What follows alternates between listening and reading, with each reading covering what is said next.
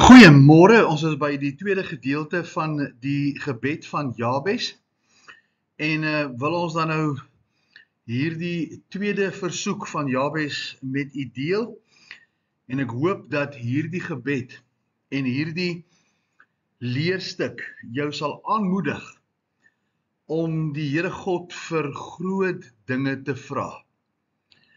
Ons vind die Jabes gebed in 1 Kronieke hoofstuk 4 vers 9 en 10, net twee eenvoudige versies in 'n rits van geslagsregisters. En dan word hierdie geslagsregister onderbreek en dan word in twee versies oor Jabes gepraat. En die fokus op Jabes se gebed. Nou kom ons lees net weer die gebed van Jabes. Vers 9. En Jabes was meer geëerd as sy broers. En sy moeder het hom Jabes genoem en gesê: Ek het met smart gebaar. En Jabes het die God van Israel aangeroep en gesê: As U my ryklik seën, my grondgebied vermeerder, en U hand met my sal wees, en U die onheil afweer, sodat my geen smart tref nie. En God het laat kom wat hy begeer het. Dis die agtergrond en die gebed van Jabes. Ons gaan fokus vanmôre by die tweede versoek. En hierdie tweede versoek het of handel oor sal U my grondgebied uitbrei. Die eerste versoek, sal U my oorvloedig seën. Die tweede versoek, sal U my grondgebied uitbrei. Inleidend dan net die volgende. Ons lees van Jabes iets baie besonders. 'n Klein en dalk onbelangrike man met 'n groot geloofshart. 'n Man wat twee versies in die Bybel aangewy word, eintlik net een vers word van hom gepraat, en die tweede vers handel oor sy gebed. 'n Onbelangrike man, maar een met 'n geweldige geloofshart. In 1 Kronieke 4 vers 9 sê, en Jabes was meer geëerd as sy broers. Daar word iets besonders gesê van hierdie man wat hierdie ongelooflike gebed uitgespreek het. Soveel so, dat die einde van die vers 10 sê, en God het laat kom wat hy gebid het. Die meeste mense is so bekommerd oor wat ander mense van hulle dink en wil dan alles doen en hulle lewens so inrig om by daardie opinies in te skakel en te verhoor. Hulle wil seker maak dat dit wat mense van hulle dink en van hulle sê, hulle hele lewe daarom draai om dit te word. Die Here Jesus het sy denke en sy werke verander, omdat mense hom as Jesus nie die erkenning gegee het vir wie hy werklik was nie, het hy anders geleef en het hy anders gedoen, selfs toe sy disippels wou hê dat hy moes koning word en Petrus hom aanspreek, hom teregwys, het Jesus gebly by die rede waarom hy gekom het, waarom sy Vader hom gestuur het, en wat sy doel was, en nie die opinies van mense gevolg nie. En daarom is het belangrik om te verstaan, dat God baie meer van jou dink, as wat jy van jouself dink, of wat ander van jou dink en van jou sê. Dis belangrik dat jy hier sal verstaan, wanneer ons hierdie gebed van Jabes hanteer, dat God baie meer gretiger is om vir jou te gee wat jy vir hom vra, en God baie meer van jou dink, hy jou so uniek geskaap het, sodat daar geen ander mens op hierdie aarde is, en dat wat jy van jouself dink, of wat mense van jou dink en sê, nie belangriker as God se denkwyse en opinie behoort te wees nie. Jy is wie God sê jy is, en nie wat hy vir jou lewe, en wat hy eintlik vir jou lewe in gedagte het, en nie wat ander mense van jou sê, of wat ander mense van jou in gedagte het nie. Jy is wat God sê jy is, en wat hy vir jou lewe in gedagte het. Die opmerking en die inligting ten opsigte van Jabes begin met 'n uitlating dat hy 'n baie besondere plek in sy familie ingeneem het, met die woorde, hy was meer geëerd as sy broers.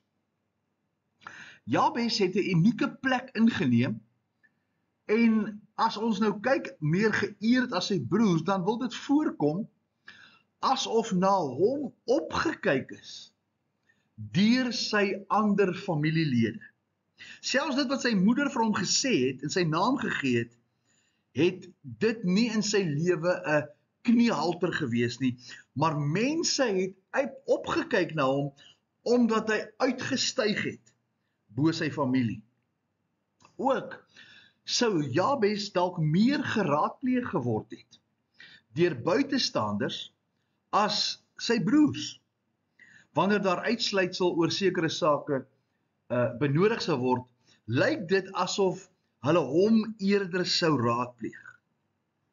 Jabes was dalk 'n begaafde man, of hy het uitgestaan as 'n geestelike leier, eenvoudig omdat hy verstaan het dat wat God van hom sê en van hom dink, belangriker is, en hy daai pad saam met God gestap het.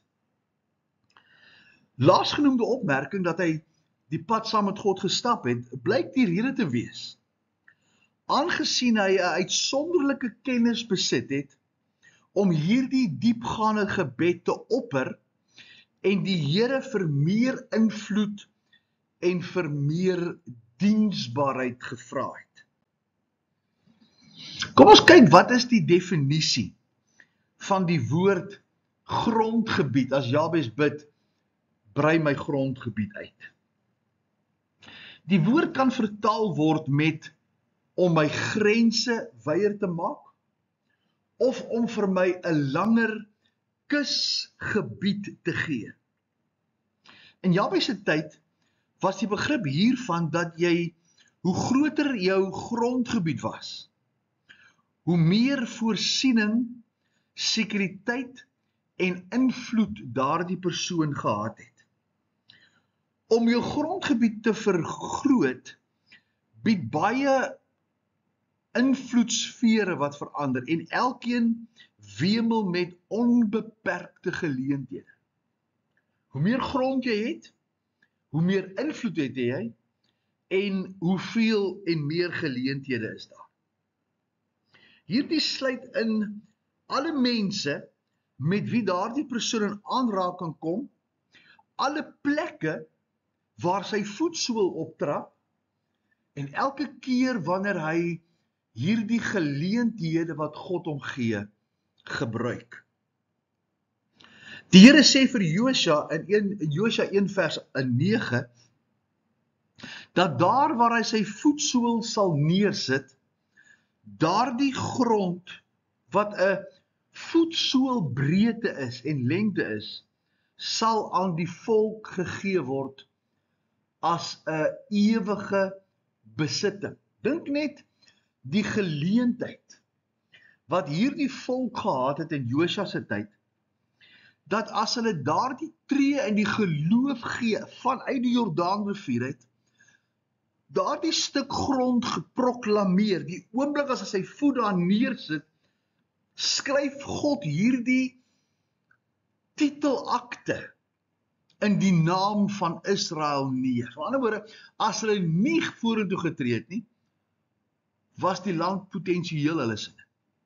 En so is dit belangrik dat ek en jy sal verstaan, dat ek en jy potensiële invloed het. Dat ons grondgebied en ons kusgebied wyd en ver lê.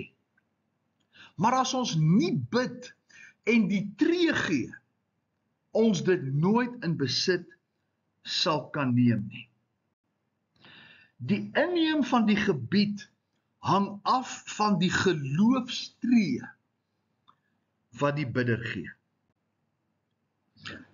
Die tweede versoek handel in wese oor Here meer invloed, nie so seer meer grond as fisiese grond nie, maar meer invloed. 1 Kronieke 4 vers 10 sê, en Jabes het die God van Israel aangeroep en gesê, as u my grondgebied vermeerder as die tweede versoek.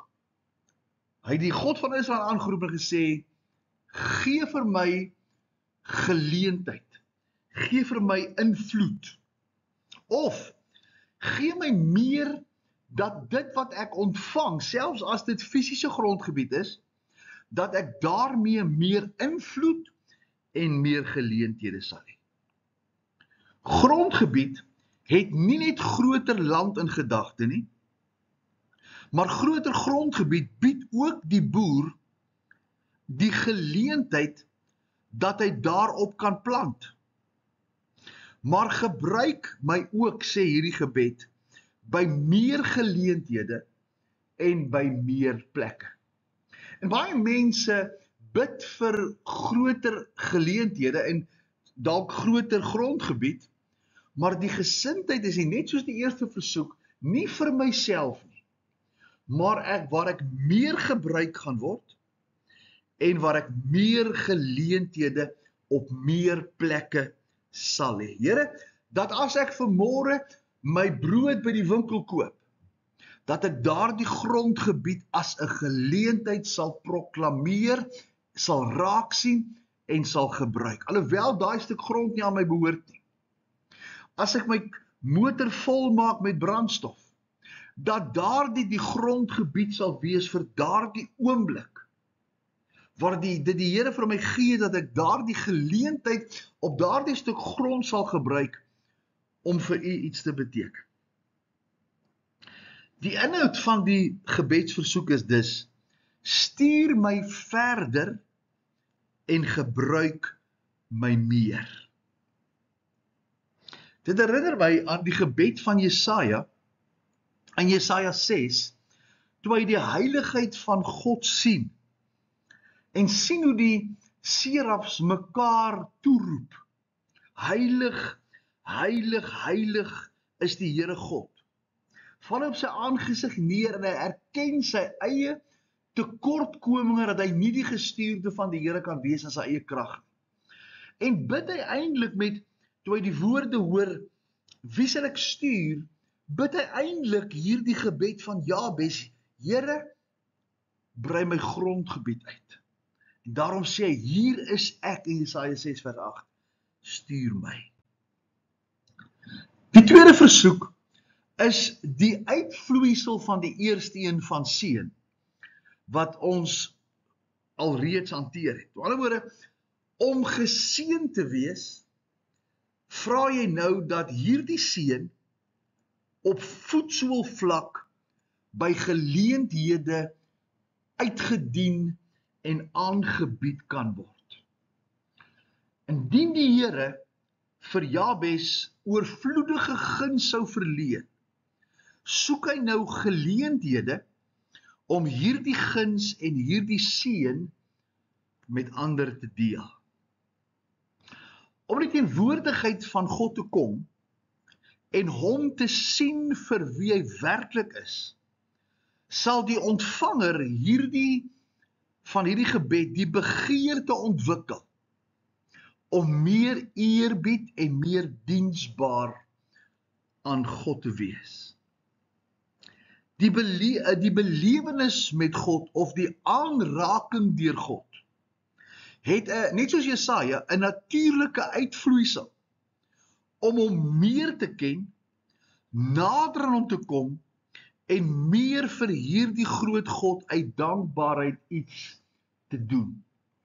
Jy sien, dit spruit uit 'n verhouding. Ek kan nie vir God meer doen, dat hy vir my moet gunstig wees nie, want dan is dit verdienste verwerke. Ek eer hom, omdat hy alreeds vir my die oorvloed in Christus gegee het, die nuwe lewe, en daarom wil ek hom meer dien, daarom wil ek meer doen, en dit alles uit dankbaarheid, en uit eer vir wat hy vir my reeds gedoen het. Want hoe voller my beker, hoe makliker loop dit oor om ander te bereik. Jy moet kan hê om te kan gee.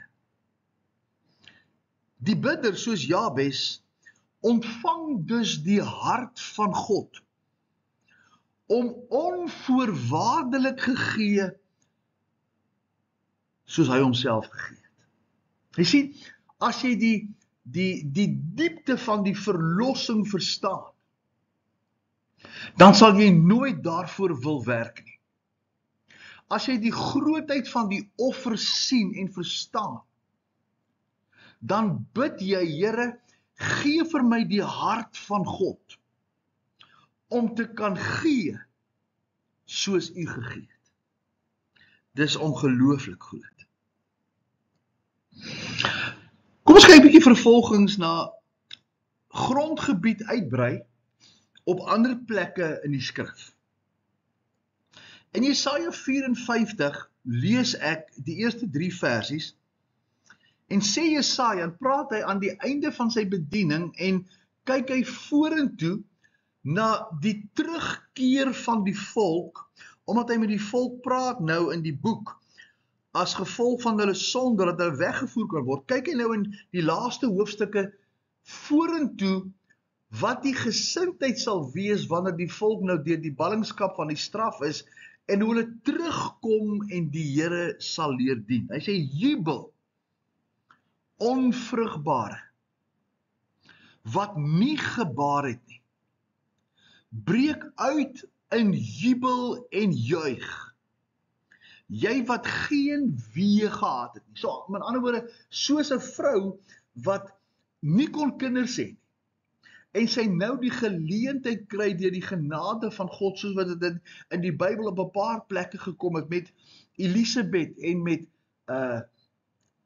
Hanna, en met Jakob se vrou, met Rachel, sê hy, as jy gesukkel het, en Sarah, as jy gesukkel het om hierdie oorvloed in jou binneste te beleef, hy sê, as jy nog nooit gebaar het, en jy het hierdie soeke na hierdie lewe, hy sê, en hy kom, hy sê, breek uit met 'n gejubel, jy wat geen wee gehad nie, want die kinders van die eensame is meer as die kinders van die getroude, sê die Here. Vers 2, hoor nou, maak die plek van jou tent wyd, en laat hulle die doeke van jou tentwonings oopspan. Verhinder dit nie, maak jou lyne lank, en slaan jou penne styf in, want jy sal regs en links uitbreek, en jou nageslag sal nasies in besit neem, en verwoeste stede bevolk. Wanneer julle terugkom, Israel, sal julle wees soos hierdie vrou, wat in hierdie begeerte het om te baar, want geboorte was 'n tipe van vrugbaarheid. Hy sê, as jy terugkom, sal daar 'n ander hart in jou binneste wees, en jy moet seker maak dat jy jou tent wyd oopmaak, want ek gaan vir jou geleenthede gee. Maak jou doeke van jou tentwoning oop, moenie keer nie, maak jou lyne lank, dryf jou penne styf in. Hy sê, want jy sal na links en regs uitbreek, en jy sal mense bereik met die geleenthede wat ek jou gee. Soos ek gesê het, spreek die gedeelte van 'n tyd dat God se volk Israel sal seën, dat God vir Israel sal seën en hulle sal laat terugkeer na hulle eie land en daar invloed sal hê om ander volke te wys hoe die ware God gedien en geëerbied en aanbid moet word. Om tentpenne dieper in te slaan en die tent uit te brei, spreek van standvastigheid en 'n meer permanente posisie inneem om dan tot diens en tot beskikking te wees vir hierdie seën wat oor jou uitgestort word, dat jy dit nie meer vir jouself wil hou nie, maar dat jy hierdie groot offer sal sien en bid vir geleentheid om dit met ander te deel. Ek sê altyd, iemand wat nie getuig nie, is iemand wat die waarde van sy verlossing verloor het, of dit nog nooit gesmaak het nie. Jy kan nie stil bly. Jy kan nie stil bly oor dit wat God vir jou gegee het en gedoen het. Kom ons kyk na die orde van die versoek. Vers 10 sê, en Jabes het die God van Israel aangeroep en gesê, as u my ryklik seën en my grondgebied vermeerder. Dis nou die eerste 2 versoeke. Interessant dat die versoeke eintlik logies omgeruil moes word, indien ons logies daarna kyk. Ons sou verwag dat ons moet bid, gee vir ons geleenthede dat u ons kan seën. Die bidder maar moes eers, dink ons, sy skure vergroot voordat God meer kan gee. As ons na die gelykenis in Lukas 16 kyk, dan sien ons dat hy sê ek het die oes en ek sal nou my skure groter maak. Ons verwag eintlik dat dit andersom moet wees. Ek moet eers my skure groter maak en dan die oorvloed wil hê. Maar hier gaan dit oor seën my en gee vir my met hierdie seën meer geleenthede. Logika mag dink dat dit eerder so moet wees, maar wanneer God werk, gee hy eers en dan soek hy mense om sy gawes te gaan deel. En Jesaja is 'n pragtige voorbeeld. Die heiligheid van die Here het in Jesaja 6 nog nooit verander nie, maar die volk het so vasgeklou aan die jong koning Josia, dat toe hy sterf, dit eintlik 'n ineenstorting is. Maar dis daardie oomblik in die sterfjaar van koning Josia, sien Jesaja die Here op 'n hoë en 'n verhewe troon. En hy sien hierdie heerlikheid en die wesens wat hom in sy heiligheid toeroep. Maar God gee en hy wys vir Jesaja die heerlikheid. En dan vra hy, wie sal ek stuur? Wie sal vir ons gaan? God se werkswyse is heeltemal anders as wat menslike denke en logika is.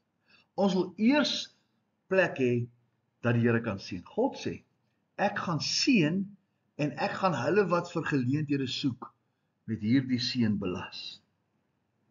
Die mens sal nooit iets van God kan ontvang of wees indien hy nie eerste na die mens neerbuig en na die mens uitreik.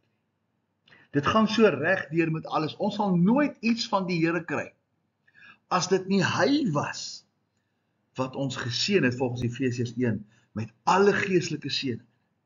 En dan hy vir ons die nuwe lewe gee. En dan hy ons uitstuur as getuies. God gee sy seën as verlosser.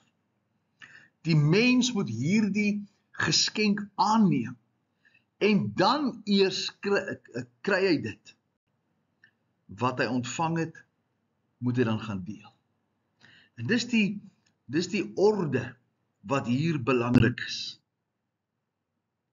Nou, die gonswoord vir die uitbreiding van grondgebied is baie interessant.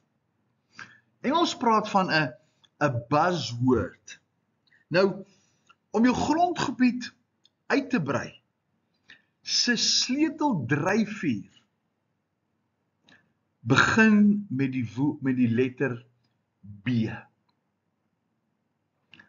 Om jou grondgebied uit te brei, se sleuteldryfveer is 'n woord wat begin met 'n B. B staan vir bedienings. En hierdie is 'n saak wat baie naby aan my hart lê. Omdat jy mense moet toerus, volgens Efesiërs 4, om diensbaar te wees binne bedienings, omdat God elkeen gawes en talente gegee het. Bedienings beskryf wat gebeur wanneer God jou gebruik om ander vir hom te beïnvloed en te bereik. En daarom 'n gemeente wat nie 'n bedieningsgedrewe gemeente is nie, is 'n gemeente wat net na homself kyk. Dit wat ek ontvang in die diens is vir my. Dit wat ek ontvang as inkomste, brei ek my situasie uit. Maar 'n gemeente wat sê, Here, ek wil ontvang sodat my bediening kan versterk, my invloed, my grondgebied gaan vermeerder. Dis 'n gemeente wat impak het. Jabes se uitgangspunt sou dus wees, my grondgebied is gelyk aan my invloedsfeer, is gelyk aan my potensiële bedienings. Dit alles maak dat ek op grondvlak 'n merk kan maak. As jy môre by jou werk en jou omstandighede, as jou kerk môre uit sy omgewing weggevat word, en dit mense nie armer maak nie, het jy nie 'n impak nie. Mense moet armer wees as jy weg is. 'n gemeente moet 'n dorp arm en bloot lê, as daai gemeente môre nie meer bestaan nie. Dan het daardie gemeente 'n invloed. En Jabes se uitgangspunt is, my grondgebied is gelyk my invloedsfeer, gee vir my potensiële bedienings. Elke kind van God, volgens 1 Petrus 2 vers 9 en 10, is 'n hoëpriester. Hy sê julle is 'n koninklike geslag, 'n heilige priester, 'n volk wat God geroep het om sy eer uit te dra, om vir ander mense in te staan, sodat jy vir hulle die voorloper en die leier kan wees. Elkeen het 'n opdrag om die woord van God te verkondig. Gaan en gaan leer. Matteus 28 vers 19. Elkeen het krag ontvang om te getuig. Handelinge 1 vers 8 sê, julle sal my getuies wees. Elke kind van God het hierdie potensiële bedieningsgeleenthede. En nou moet ek my grondgebied uitbrei, sodat my invloed op daardie plekke kan gehandhaaf word en mense onder my bedienings en my gawes kan uitkom, sodat mense van Jesus kan hoor. Elkeen besit geestelike gawes tot diensbaarheid, 1 Korintiërs 12 vers 4 tot 11. Elkeen van ons het hierdie geestelike gawes, waarmee die Here ons geseën het om ons te gebruik. Elkeen is geskape, Efesiërs 2 vers 10, om te lewe en God te verheerlik. Ons is die maaksel van God. Ons is die gebou van God, ons is die huisvesting van God, maar ons is die vervoerplek, ons is die voertuig van God in hierdie wêreld. Grondgebied uitbreiding in die verlossing van persoonlike bande. En hierdie is 'n baie belangrike saak. Ander saak wat ook onder hierdie opskrif val van my grondgebied uitbrei, is om my van persoonlike bande te verlos. Talle mense sit binne tronke van persoonlike krisisse van die verlede, wat hulle vashou en hulle verhinder om die volle oorwinning van die kruis nie te beleef nie. Want hulle lewe met die kettinge van die mislukkings of die opinies van ander. Jabes was nie bekommerd oor wat mense van hom gesê het. Jabes was bekommerd om binne die werkssfeer van God die Vader te kom. Mense plaas hulle self binne in tronke van dinge wat in die verlede gebeur het en wat mense oor hulle uitspreek of gebruik om hulle as gevangenes vas te hou. In plaas daarvan om vir die Here te sê, Here, breek hierdie band en gee vir my geleenthede waar ek kan uitleef en wees wie u dink en weet en sê ek is. Jesus het die volkome verlossing aangebied, maar ons sit in tronke met oop deure en lewe as gevangenisse terwyl daar uitkoms is. Die Here kan niks vir 'n mens doen, solank hy nie besef dat daar vir hom uitkoms is nie. Om jou eie tekortkominge en bande van los te kom, moet jy jou verlede aan die Here gee, dat hy dit in die verlede kan begrawe, en dan opstaan en verlossend vorentoe gaan. Los die verlede in die verlede, sien die geleentheid, dat dit net 'n leergeleentheid was, en nie 'n leefwyse nie. Vergewe jouself vir jou mislukkings, en tree vorentoe met God se vrymaak. In Lukas 15 lees ons van die verlore seun, wat dwaas gehandel het en sy kanse verspeel en weggegooi het. Vat sy eiendom en vat sy erflating, en hy gaan na 'n ver land en hy leef, en hy verkoos sy geld. En hy verloor alles. En alles wat hy kon doen is om by iemand te werk en iemand se skape op te pas, as 'n varke op te pas, verskoon. En hy sit by die varke en hy begeer dat die peule wat die varke eet, die gemorskos van die varke, dat hy dit net kan eet om iets te hê. En dit bring hom by 'n geleentheid dat hy besef dat daar vir hom uitkoms is. Sy uitkoms is terug na sy vader se huis toe. Hy sê, ek sal na my vader toe gaan en vir hom sê, Vader, ek het gesondig, ek is nie werd om jou kind te wees nie, maak my een van jou diensknegte. Hy besluit dat dit nie nodig is om in sy omstandighede te bly nie, en nou kry hy homself nie jammer nie. Maar hy sê, ek moet opstaan en ek moet terugkeer na wat ek ken. Alles sou dieselfde gebly het, as hy nie oorgegaan het tot aksie nie. Hierdie gedeelte leer ons, dat hy besef het dat hy verkeerd is.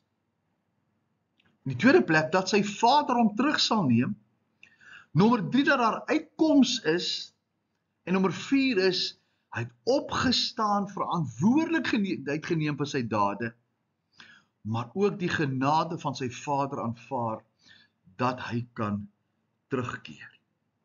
Met sy aankoms na by die huis, merk hy op dat sy vader reeds by die tuinhekkie staan en angstig en opgewonde wag vir sy terugkeer. Geen sonde, of geen aanslag van die bose of goddelose bose daad, wat die mens ooit gedoen het die mag om jou in jou verlede te hou en buite die rykwyse van God se genade en vergifnis te plaas.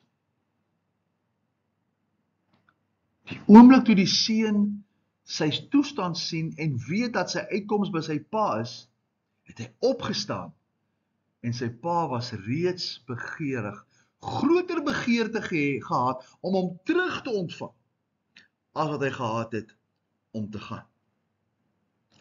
Dit hang alles af van wat jy glo oor God of wat jy glo oor jou omstandighede. Dit wat sal bepaal wat jou aksie sal wees. Om hier te bly waar jy is in jou krisis of om jou grondgebied terug te neem wat die bose van jou gesteel het. Selfs as jy bewustelik aan die bose oorgegee het, deur toe te gee aan versoekings, wil God jou vrymaak en wil hy jou grondgebied en jou geleenthede om hom te dien terug te gee. Maar jy as mens moet daardie keuse maak. Ons sal afsluit om te kyk wat hierdie gebed in die praktyk beteken. O God, sou u my grondgebied vergroot. Here, as u gee vir my groter geleenthede. Sou u my horisonne en my grense uitbrei. Sou u my lewe neem en my gebruik soos u nog nooit tevore my gebruik het en my gehad het nie. Ek sal die plek van my tent uitbrei. Ek sal die gordyne van my wonings verspan, ek sal dit nie spaar nie. Ek sal die toue verleng en ek sal my penne versterk dat ek hier nou permanente woning het en nie weer terugkeer nie. Soos ek dit gedoen het en meer plek maak, vra ek dat u my oorvloedig sal seën en deur my lewe sal werksaam wees.